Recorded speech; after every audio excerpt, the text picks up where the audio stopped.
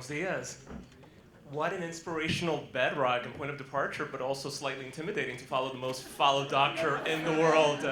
By the way, my kids are huge fans. So, but more importantly, thank you for setting that stage around mindset, willpower. I mean, yes, there are amazing headwinds in this conversation around equity and around access, but there's an amazing energy as well. So when I was asked to moderate this, I said, oh my God, just from a geek perspective in terms of systems, in terms of impact, so honored to be here with Dr. Taylor Clark, and just the conversations that we've had during the past couple of weeks, Kalahn, from that angle as well. What I love is that she takes a systems sort of approach around integration. I cut back to where we were last year and the conversations that we had, and there was this premise that we loved, which is this whole idea of integration is innovation. So coming together and doing all of this. And by her journey, that's what she's delivered. Really a systems architect in terms of the work that you've done in academia.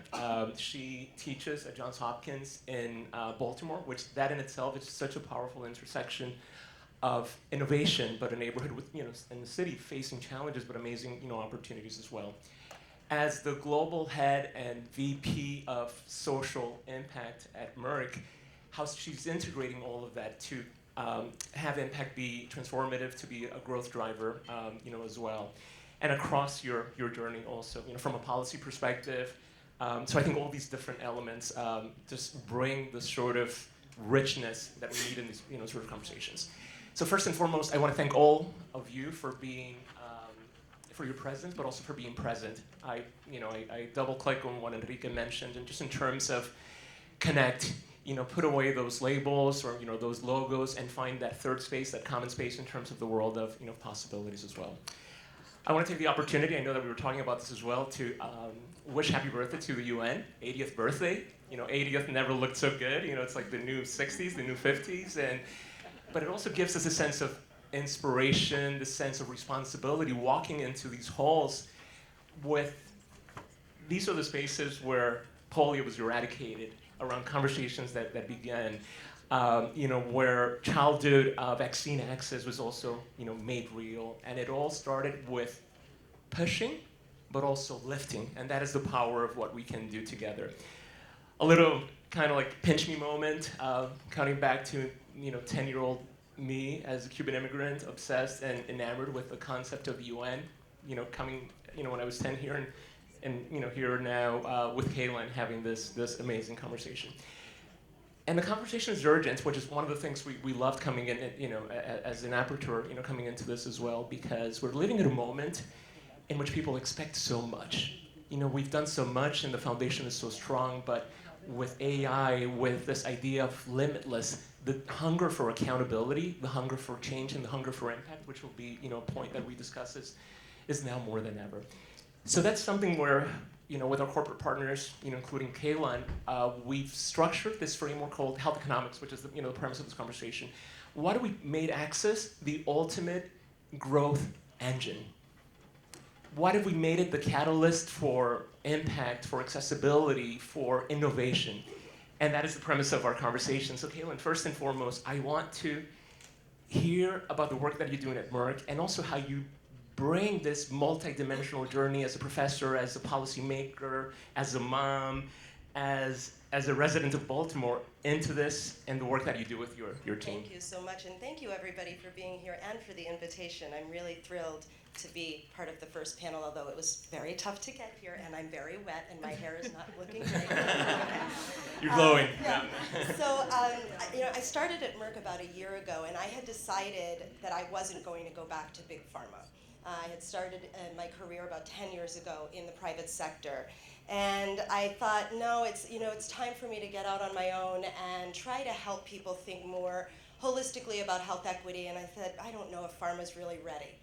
And then I was consulting with Merck, and they said, I need you to get under the hood of one of these teams. We call it social business innovation. And that team was really a corporate social responsibility team. And what I said was, well, the bottom line is companies like yours can no longer just do CSR. you have to have a strategic growth driver. It's not just about charity and philanthropy anymore. It's really about thinking about how do we develop and drive access as you described. And my boss, when I came in, so I came in, I got under the hood, and I wrote the vice president role, and I said, oh, I think this might be for me. And so I applied for it, and I got the job. But I tell you that because when I first came in, the CEO said, well, why would you do this? You've got a PhD, you've got all these things, you could do other things. And I said, I want to base this job on the proposition that we can do something more with social responsibility, that we can make this part of a business proposition that will be around sustainability. And as a professor in the business school at Johns Hopkins, I get a lot of information about what is the future of the various audiences that we'll care about. And my supposition to him was, look, the employees, the investors, and the global public health stakeholders of tomorrow look very different than they do today. They're going to look like me. They're going to be brown, they're going to be more likely female, and they're going to be, I'm not a millennial, but they're going to be younger, millennial and Gen Zs. And the bottom line is that they have a different value proposition, especially for a Fortune 100 company, where they say we want to understand and know that the social and the environmental impact of a company matters to that company. And so what we're doing, and the journey now that we're on, is really creating a function that not only drives the strength of the business, but also drives the strength of the employees that we want to see and that we want to retain. And frankly, involves investors, especially activist investors. Right now, we've got about 5% of activist investors who care about the stuff I do. But there are a number of investors, as you all may know, that are embedding ESG, environment, social governance, into their protocols and their designs. And so that's what we've been doing. So my team, just to give you a sense, oversees both our impact reporting and the measurement of our impact, which I think is incredibly important. We'll talk about a little bit. I also oversee all of our global product donations, which I don't generally tell all the many audiences, but want to share that that's 70% of our product reach. 30% is through commercial means. 70% is our product reach through my team. I also have employee giving, I have employee volunteering, I have the Merck Foundation, I have all community grant making, and I have, importantly, an impact venture fund in which we've deployed $55 million since 2018 to invest in innovation. And so we're going to actually accelerate that impact venture fund, which we can talk a little bit more about. And then the third pillar of our work is called Mission Aligned Initiatives, and that's our Merck for Mothers program and MSD for Mothers program, a $650 million initiative since 2011 whose goal is only to end maternal mortality globally. Not an easy feat at all, but one that we've taken on and that we're taking on with a number of public and private stakeholders. So that's also incredibly important to us. I love that. I'm going to go back and forth between Dr. Taylor-Clark and Kalahn. She's made it clear that she wants Kalahn, but I want to fully embrace the journey and just the amazing accomplishments. A lot of the people in this room, ourselves included, are sitting in this moment in time when there's a lot of headwinds, a lot of distractions, a lot of noise, even the term equity, right? The term access. Clearly what you've done incredibly well is through this North Star that converges all these different elements and making it about outcomes, making it about limitless potential of individuals, communities, and ultimately business, GDPs, et cetera. Tell me a little bit more about what you've done on the data side and just really the proof points and celebrating the wins and using those as catalysts, because I found that amazing, and that is the common language that I think we can all agree on, right? What is the impact and how are we moving the needle, both from an individual, family, collective, and business perspective? Well, I will say, and I'll address the elephant in the room, which is, well, why are we talking about social impact or equity at this time? And what I say is you can call it an artichoke, here's what we do, okay? I have been in this business for 25 years. We started with inequities, then we went to disparities, then we went to health equity, and frankly, we've been all over the map in terms of the verbiage and the language. But the bottom line is there are vulnerable and marginalized populations that need more assistance. And so when I think about this particular moment in time, I'm actually not terribly worried about a private sector interest leaning in. In fact, I've always had the submission, and this is why I ended up in the private sector, that they were going to have to do a lot more and they were going to have to lean a lot more into social impact. I had a submission that federal governments, regardless of whether it was the United States or others, were going to be pulling out of a lot of this work, as well as family philanthropies. And in fact, now we have seen that they have been pulling out.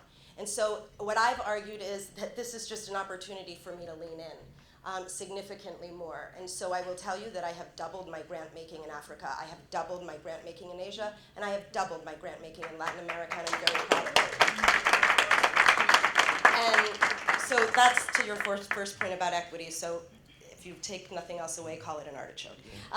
But the second thing I will say is, the second thing I'll say is your point to outputs and outcomes, and I think that's also an incredibly important area to be thinking about as we're all measuring what we do. And so we fund a number of different organizations. City Cancer Challenge is the one I would talk about for a couple of reasons. One is that I'm really interested now in thinking about local for local. Regardless of your politic, the bottom line is that we can measure local outcomes significantly better than we can in nation states or other larger sample sizes, right? So one of the things that I've been thinking about is really going local, going to cities, going to localities that have various populations in which then we can focus. That's the first piece. The second piece is that then we get to outputs, and a lot of the outputs that we see now are about people reached. So the metrics that we've been using so far are the number of patients that we reach, the number of healthcare workers that we train, but I want to go one more step. I want outcomes, and so what I've charged my team with, and they don't love it, I imagine, but what I've charged them with is don't come to me with any more outputs. I only want outcomes, and if I don't see outcomes, I don't even want you to bring it. And so what they've been doing actually is really pushing on this idea of outcomes. And so City Cancer Challenge is a good example where they've been in these cities really working to figure out how to work with policymakers and healthcare systems and people mostly, and importantly, start with the people in those localities, start with local data, understand what they think are their problems, not what we think are their problems. We can actually give from the top down bigger data sets and more information that will be helpful to round out what they want to do, but we start in those localities with the people and getting the data. The second part of that, though, is then thinking about how do we go from reaching people to getting to outcomes. And so for us, as a pharmaceutical company, the biggest outcome that I'm interested in is going from getting to having a condition to a diagnosis, time to diagnosis, and then, of course, diagnosis to treatment. And one example I could give is in Kigali, in Rwanda. In the City Cancer Challenge, we actually funded a patient navigation program, which, by the way, if you are in healthcare in this space, patient navigation has been one of these pieces that I've really been able to see great outcomes from. But we were actually, with this patient navigation program, able to reduce the amount of time between diagnosis to treatment for women with breast cancer by 68%. Just with one program, one intervention. Those are outcomes that are real, that are going to matter to companies like mine when I make the proposition, I need your cash. And the reason I say that is because, as budgets are getting cut, as folks are getting much leaner and trying to figure out where they need to lean in, I'm asking them to please continue to lean into this space. And they're giving me the leverage to do that. So I'm really grateful. I love it, amazing. I don't know about you, but every time I have a conversation with Kalahn, for every question and every answer, there are like 5 things that come to my mind. So I urge you to take note and post those in a little bit. One of the things I love about our little salons that we've had over the past couple of weeks, it's really the language, the vernacular of impact investing and ventures, and really bridging that full arc that she covers, from the mother sort of initiative to the Merck Foundation to the impact investment, side of it. Tell me a little bit more about that investment mindset and how to kind of apply it across the board. Yeah, so you'll never, as I said, hear me say charity. You will never hear me say giveaway. You will never actually, very rarely hear me even say philanthropy. We are a social investment strategy team and function, and that's what we do. The impact venture funds, a lot of pharma companies and others are starting to build these venture funds. As opposed to a venture capital, for those of you who don't know, a social impact fund will have sort of a double impact strategy.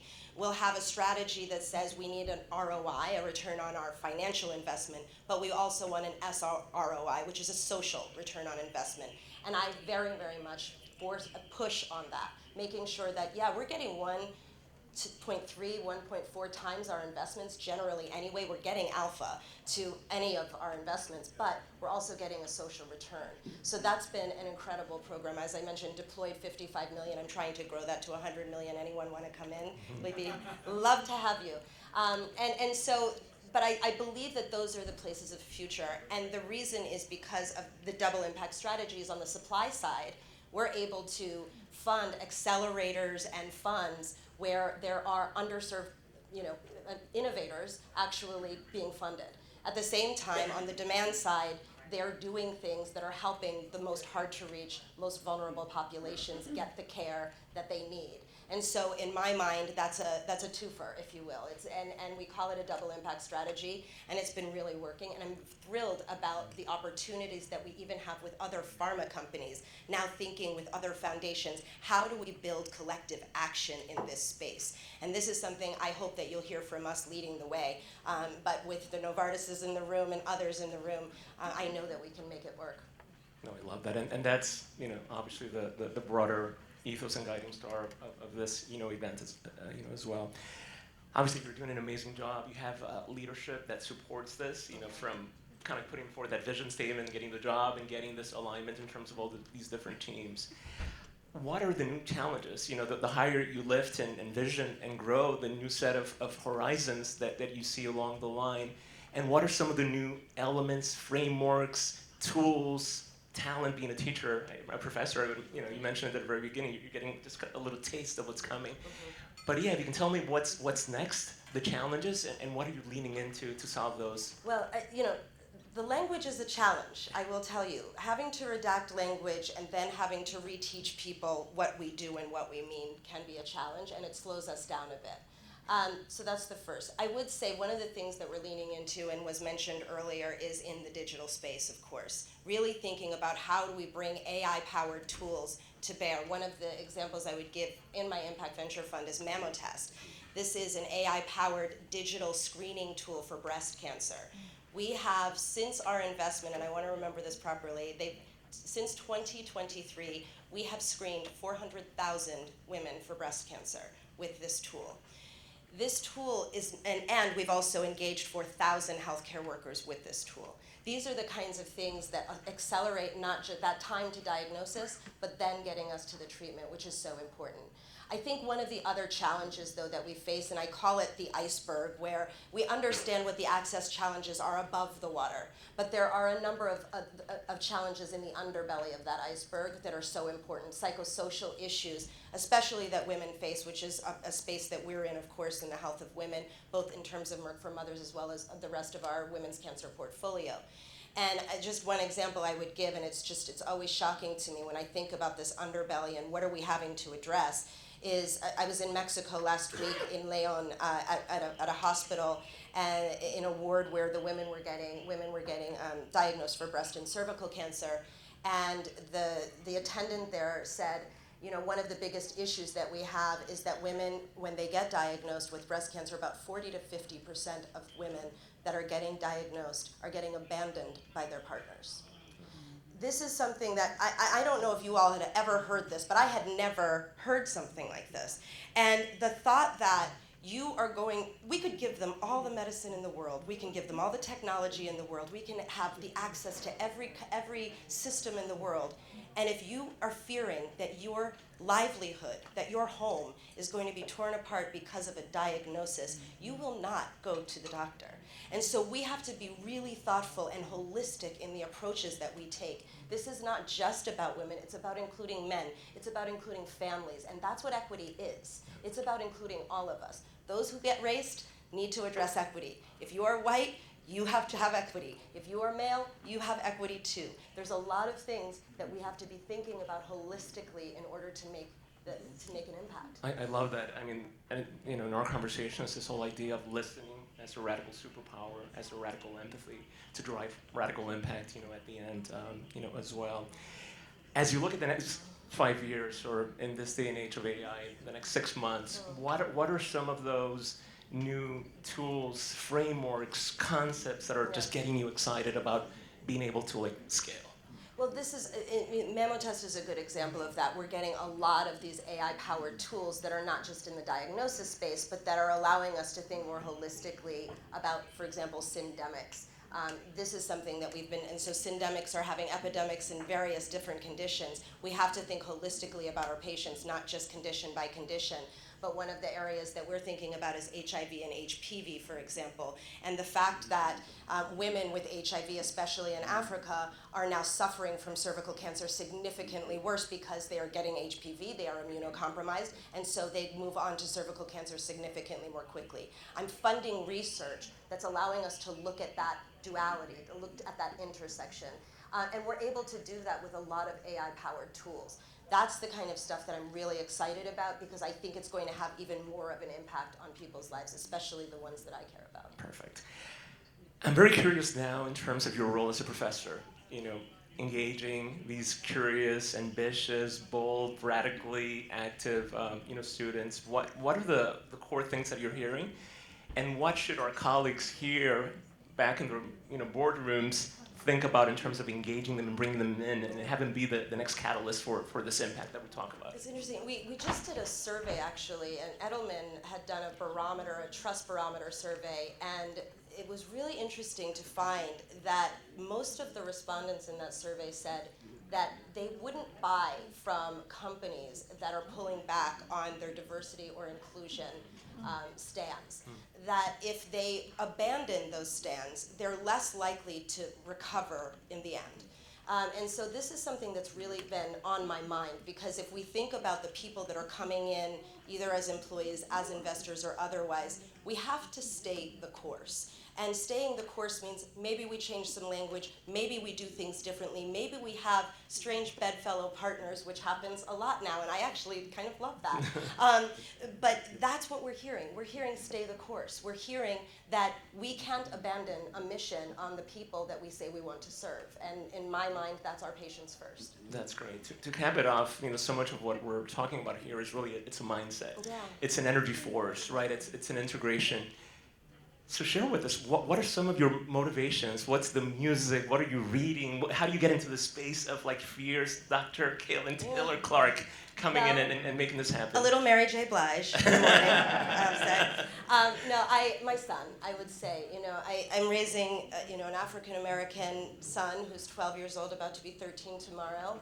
And I think about the future that he will have. I think about what I want to see for him. And I know all of us in this room have that. If it's not your own child, it's someone in your life that you care so much about for the future and future generations. And that's what really motivates me every morning when I get up. Perfect. Dr. Taylor-Clark, what I get from this is, the passion, the beauty, transformative boldness of access as a growth sort of agent, but access just in terms of connectivity, community, those bedrocks, and continuing to to push. So I want to thank you. You have time for maybe one question. What is that urgent, bold question or just thought starter coming from this? If any of you have it, if not, I can go on. But we've got a steady flow to follow. Any questions from the audience? I know that's how I felt at first when I heard her. I needed like a minute to.